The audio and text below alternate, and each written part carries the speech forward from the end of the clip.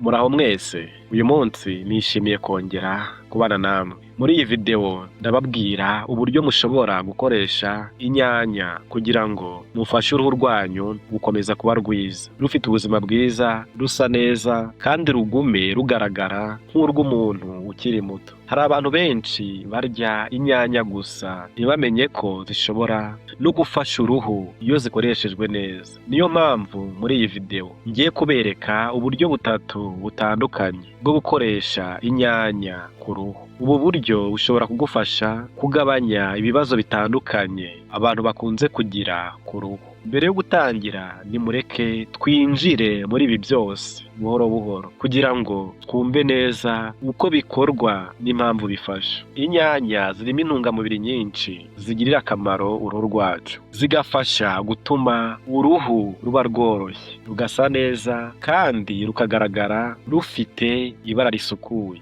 Zishobora kandi gufasha kugabanya utubara tw'umukara, ibimenyetso biterwa no gusaza n'iminkanyari. Ni ukuvuga ya mirongo mito igaragara ku ruhu uko umuntu agenda akura mu myaka. Hari n'ikindi kintu cy'ingenzi abantu benshi batazi. Inyanya zifite urugero rw'ubusharire n'ubworoherane bwazo buzwi nka pH. Ijambo pH risobanura urugero rwerekana niba ikintu gifite ubusharire bwinshi cyangwa se gifite ubusharire buke. Inyanya zifite pH iri hejuru hagati ya 4.3 na 4.9, mu gihe uruhu rw'umuntu rufite pH ya 5. Ibi ngibi bivuze ko uruhu rwacu n'inyanya bifitanye isano hafi muri urwo rwego. Niyo mpamvu abantu benshi, yaba abagabo cyangwa abagore ndetse n'abafite ubwoko butandukanye bw'uruhu, bashobora kuzikoresha bitabagoye. Iyo zikoreshejwe neza akenshi ntizitera ibibazo ku ruhu kandi ntizangiza uruhu.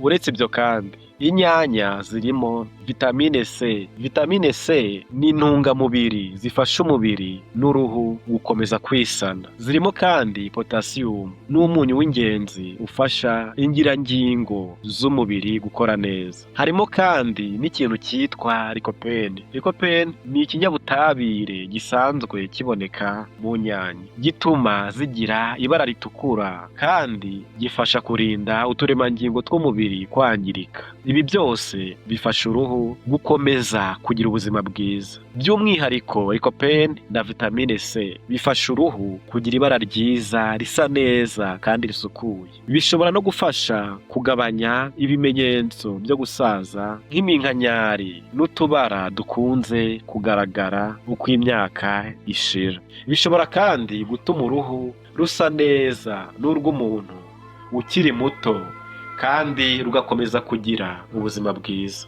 Ariko hari ikintu cy'ingenzi cyane nshaka ko mwibuka. Niba ushaka kugira uruhu rwiza rufite umucyo kandi rugakomeza gusa neza igihe kirekire, ntabwo bihagije kwita ku ruhu uturutse inyuma gusa. Hari ibintu bibiri ugomba gukora icyarimwe. Icya mbere ni ukwita ku ruhu uturutse imbere mu mubiri wawe. Icya kabiri ni ukwita ku ruhu uturutse hanze, ni ukuvuga iby'urusiga cyangwa iby'urukoresha. Ikibazo abantu benshi bakora ni uko bibanda gusa ku byo basiga ku ruhu, bakibagirwa ko ubuzima bw'uruhu butangirira imbere mu mubiri. Iryo ni ryo kosa rikomeye abantu bakora. Muri iyi video ndibubereke uburyo butatu bwo gukoresha inyanya, ariko ubu buryo bwose bukora ku ruhu rwo hanze. Ni ukuvuga ko inyanya zakoreshwa uzisiga ku ruhu. None se ni iki wakora kugira ngo utere inkunga uruhu rwawe uturutse imbere mu mubiri? Icyo ni cyo ngiye kubabwira mbere y'uko dukomeza ku bundi buryo. Icya mbere kandi cy'ingenzi cyane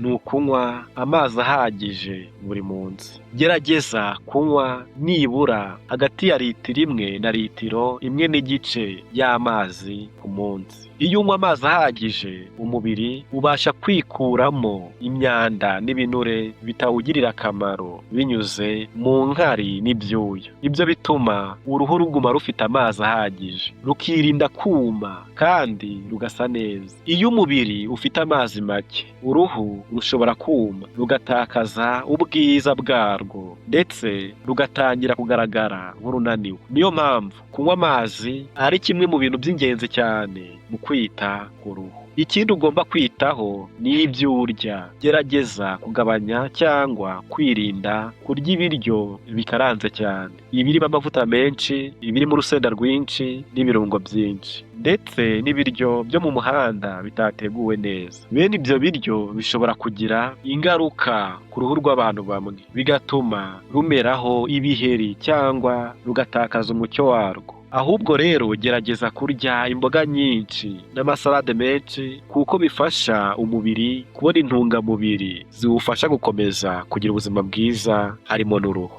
Hari n'ibimera cyangwa ibyatsi bimwe na bimwe bisanzwe bikoreshwa mu buvuzi gakondo bishobora gufasha umubiri. Hari n'amababi y'indabo za roza nayo akunze kuvugwa ko ashobora gufasha uruhu. Nanone amakomamanga ni imbuto zizwiho kuba zirimo intungamubiri nyinshi zifasha umubiri n'uruhu. Iyo ugerageje gushyira bene ibyo biribwa mu mafunguro yawe, bishobora gufasha uruhu rwawe gukomeza kugira ubuzima bwiza biturutse imbere mu mubiri. Noneho nyuma yo kumenya uko wakwita ku ruhu uturutse imbere mu mubiri, reka turebe uburyo bwa mbere bwo gukoresha inyanya ku ruhu, cyane cyane ku bantu bafite uruhu rukunda kugira amavuta menshi, imyenge migari n'uduce tw'umukara dukunze kugaragara ku zuru cyangwa ahandi ku isura. Reka noneho twinjire mu buryo bwa mbere bwo gukoresha inyanya ku ruhu.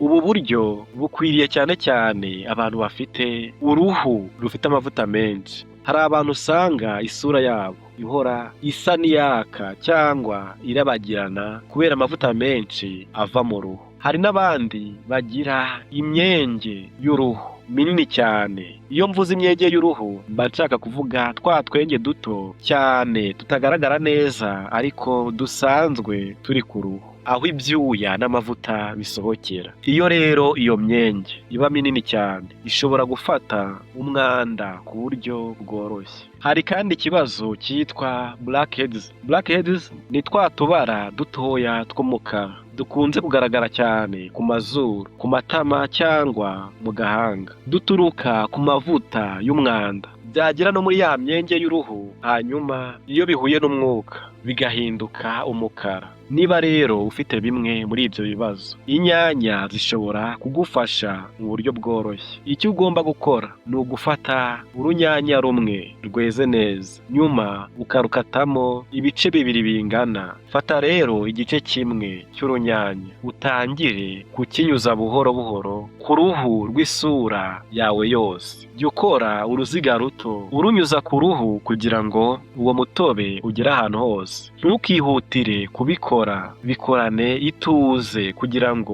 umutobe w'inyanya winjire neza ku ruhu. Numara kunyuza urwo runyanya ku isura yose, ntuhite wiyuhagira cyangwa ngo woge isura ako kanya. Tegereza iminota nka 15 kugira ngo umutobe w'inyanya ubone umwanya uhagije wo gukora ku ruhu. Iyo rero iyo minota irangiye, woza isura yawe ukoresheje amazi y'akazuyazi. Amazi y'akazuyazi ni amazi adakonje cyane kandi adashyushye cyane, ahubwo aba afite ubushyuhe buringaniye butuma uruhu rworoherwa. Nyuma yo koza rero isura yawe yose, ushobora kumva uruhu rusa n'urworoshye kandi rwisukuye kurusha mbere. Reka noneho turebe ubundi buryo bwo gukoresha inyanya niba intego yawe ari ukugira uruhu rusa neza kurushaho cyangwa kugabanya ibara ryijimye riterwa n'izuba. Hari abantu bamara igihe kinini bahora hanze cyangwa bagahura n'izuba cyane, bigatuma uruhu rwabo ruhindura ibara rukijima kurusha uko rwahoze. Niba ushaka rero kugerageza ubu buryo, fata urunyanya rumwe urusekure neza cyangwa urusye kugeza rubaye nk'urworoshye. Nyuma yaho ongera ushyiremo ifu y'ibumba karemano ikoreshwa cyane mu kwita ku ruhu kuko ifasha gukuraho amavuta menshi n'umwanda ku ruhu. Hanyuma wongeremo ikiyiko kimwe cy'umushongi wakozwe mu mababi ya mint. Mint ni igihingwa gifite impumuro nziza kandi abantu benshi bagikoresha mu kwita ku ruhu no gutuma rwumva ruruhutse. Vanga ibyo byose neza kugeza bibaye umushongi umwe woroshye. Numara kubivanga usige uwo mushongi ku isura yawe yose. Jya usiga ku buryo ugera ahantu hose, ariko wirinde ko byinjira mu maso cyangwa mu kanwa.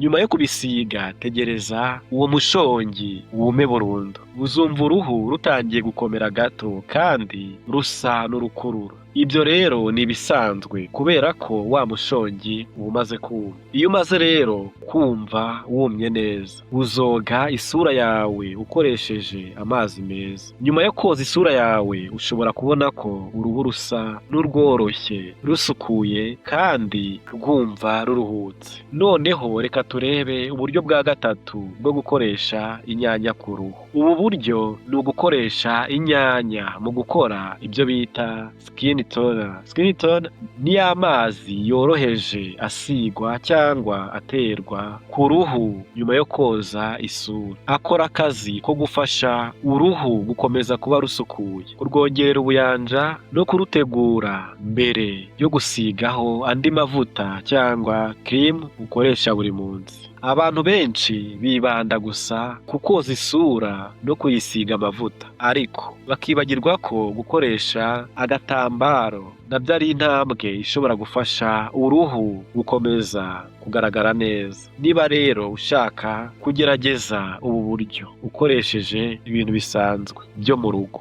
ushobora gukoresha inyanya. Icyo ugomba gukora ni ugufata urunyanya rumwe rweze neza ukarukuramo umutobe warwo.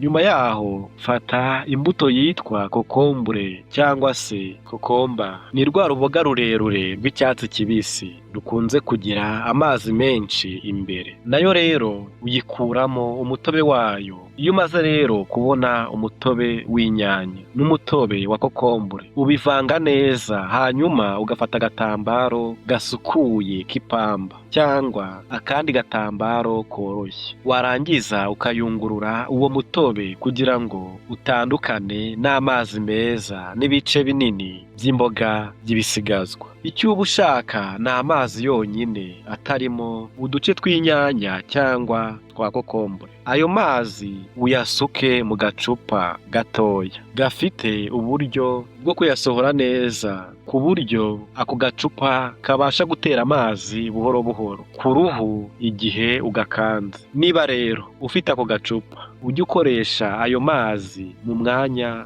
wakoreshaga ibindi birungo wisiga ku maso. Impamvu abantu benshi bakunda gukoresha buno buryo ni uko inyanya zirimo cya kinyabutabire twavuze mbere cyitwa lycopene. Lycopene nicyo gifasha inyanya kugira ibara ritukura, kandi abantu benshi bavuga ko gifasha kurinda uturemangingo tw'umubiri kwangirika. Kubera iyo mpamvu gishobora gufasha uruhu gukomeza kugira ubuzima bwiza no kuguma rusa neza. Iyo rero ukoresheje ayo mazi nk'igice cyo kwita ku ruhu rwawe, ashobora gufasha kugabanya ibimenyetso byo gusaza n'udusate duto tw'iminkanyari. Ashobora kandi gufasha uruhu rusa n'urufite ibara ritaringaniye. Hari ijambo ryitwa hypigmentation. Hypigmentation bisobanura ahantu hamwe ku ruhu haba hijimye kurusha ahandi. Bikaba bishobora guterwa n'izuba, ibiheri cyangwa izindi mpamvu zitandukanye.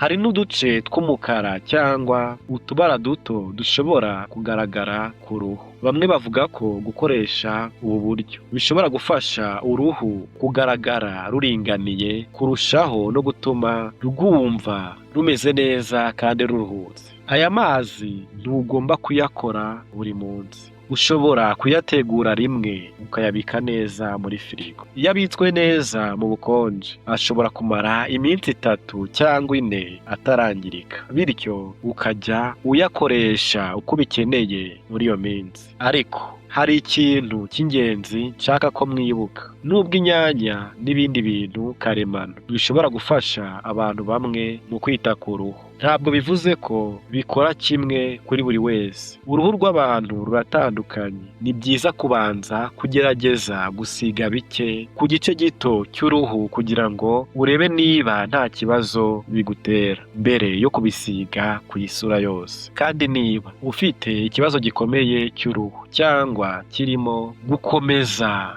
kwiyongera, ni byiza kugisha inama umuganga cyangwa inzobere mu buzima bw'uruhu. Nizeye ko ibyo twaganiriye muri ino video bishobora kugufasha kumenya uburyo bworoshye bwo kwita ku ruhu ukoresheje inyanya. Niba rero wakurikiye neza uburyo ndabasobanuriye bwo gukoresha inyanya no kwita ku ruhu rwanyu, bishobora kugufasha kugira uruhu rwiza kandi rugakomeza kugaragara neza. Ariko nanone ndashaka kubibutsa ko kugira uruhu rwiza bidaterwa gusa n'ibyo usiga ku ruhu. Ni ngombwa no kugira imibereho myiza, kurya indyo yuzuye, kunywa amazi ahagije buri munsi no kuruhuka bihagije. Iyo rero ibyo byose ubihuje, nibwo uruhu rugira amahirwe menshi yo gukomeza kugira ubuzima bwiza. Niba rero hari icyo mutumvise muri iyi video, hari ikindi mwifuza kumenya cyangwa mufite ikibazo icyo ari cyo cyose kijyanye no kwita ku ruhu,